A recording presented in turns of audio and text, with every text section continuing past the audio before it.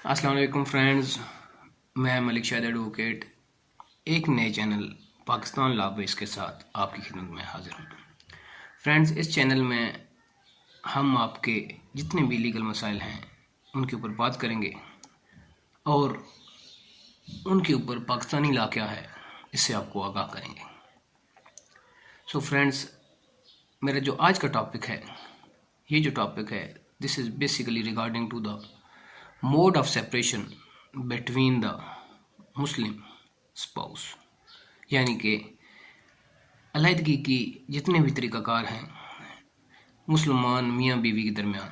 So friends, सबसे पहले जो मोड हम आज जो जिस पर बात करेंगे वो है मोड ऑफ डाइवोर्स, यानी कि तलाक़ का।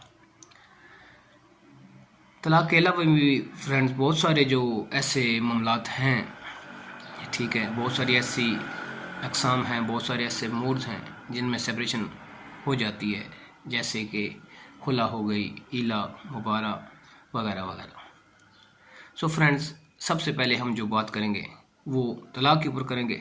फ्रेंड्स, तलाक़ का ऐसा मसला है जिसको हमारी सोसाइटी में काफ़ी सेंसिटिव भी समझा जाता है और इसके ऊपर बहुत सारी कन्फ्यूजन्स और बहुत सारी लैक ऑफ नॉलेज हमारी सोसाइटी में, हमारे लोगों में अभी तक मौजूद है और अक्सर लोग इस बारे में सवाल करते रहते हैं। सो फ्रेंड्स, सबसे पहले हम बात करते हैं काइंड्स ऑफ डाइवोर्स, यानी कि तलाक़ कितनी किस्म की होती है। सो फ्रेंड्स, जो पहला जो मेरा सबसे पहले जो मैं बात करने जा रहा हूँ वो अकॉर्डिंग टू हनफी लॉ है, यानी कि सुन्नी लॉ के तहत। सो फ्रेंड्स, सुन्नी लॉ में, हनफी लॉ में बेसिकली तलाक़ 3 किस्म की होती है और जो सबसे पहले होती है उसको कहते हैं तलाक़ अहसन। फ्रेंड्स, तलाक़ अहसन जो है ये वो मोड है तलाक़ का जिसमें जो हस्बैंड होता है वो अपनी बीवी को एक तलाक़ का नोटिस भेजता है और उसके बाद जो पीरियड होता है इद्दत का, ठीक है, 3 महीने का पीरियड होता है, उसमें वो वापस अपनी बीवी से रुजू नहीं करता और ना ही उसको कोई दूसरा नोटिस भेजता है। सो फ्रेंड्स, 3 महीने की कंप्लीशन के बाद ये जो एक नोटिस होता है तलाक़ का, ये फाइनल हो जाता है और जो तलाक़ है वो कंप्लीट हो जाती है और उसके बाद मियाँ और बीवी दोनों आज़ाद होते हैं कि वो कहीं दूसरी जगह जहाँ चाहें अपनी मर्ज़ी से शादी कर लें। लेकिन फ्रेंड्स, इसमें एक एडवांटेज जो इस तलाक़ में है वो ये है कि अगर मियाँ बीवी फ्यूचर में वो दोबारा ख्वाहिश करते हैं कि वो दोबारा अपनी लाइफ जो है वो स्टार्ट कर सकें, मैरिड लाइफ, तो उनको किसी भी किस्म की इंटरवीनिंग मैरिज यानी कि हलाला वगैरह की ज़रूरत नहीं होती।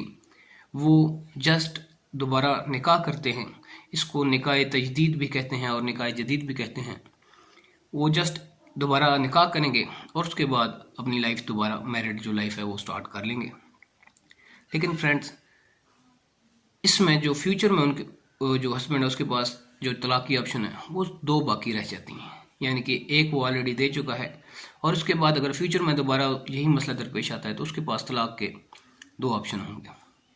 सो फ्रेंड्स, ये था जो पहला हमारा तलाक़ का जो मोड था, ठीक है, तलाक़ अहसन। अब चलिए हम बात करते हैं जो हमारा तलाक़ का जो दूसरा मोड है।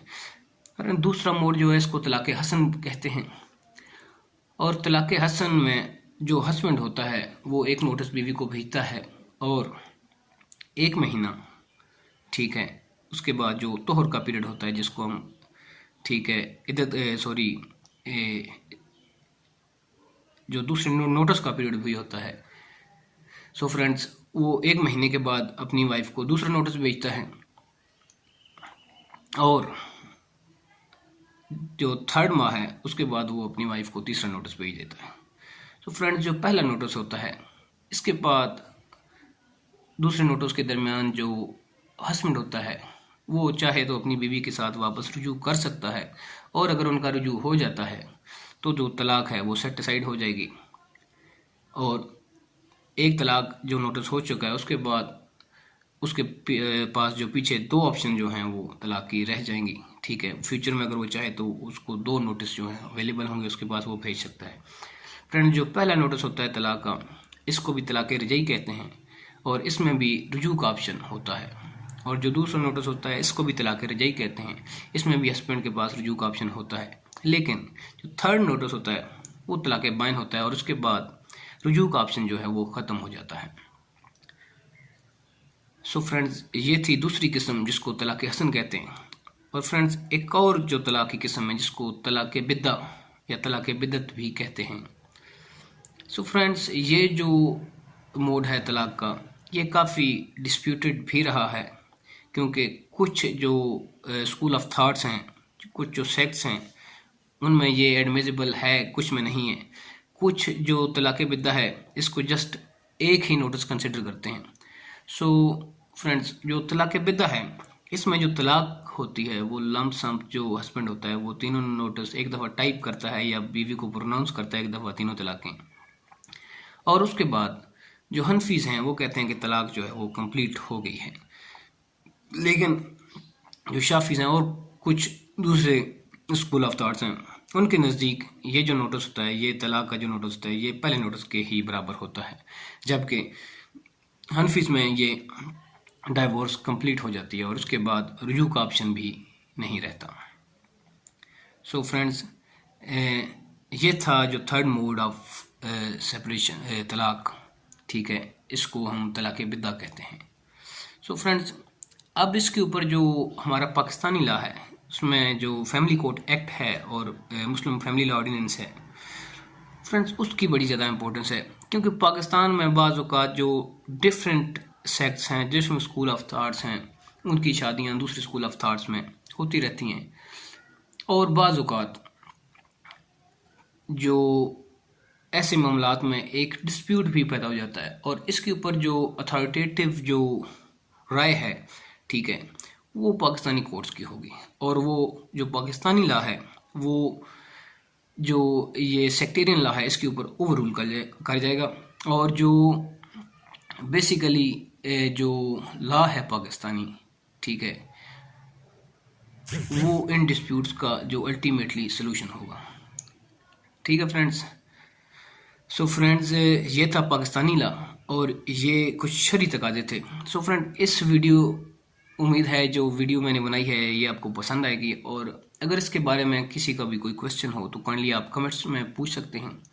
एंड फ्रेंड्स आपसे एक और रिक्वेस्ट है कि काइंडली आप जो मेरा चैनल है इसको लाइक करें और इसको सब्सक्राइब भी करें, ठीक है। Thank you.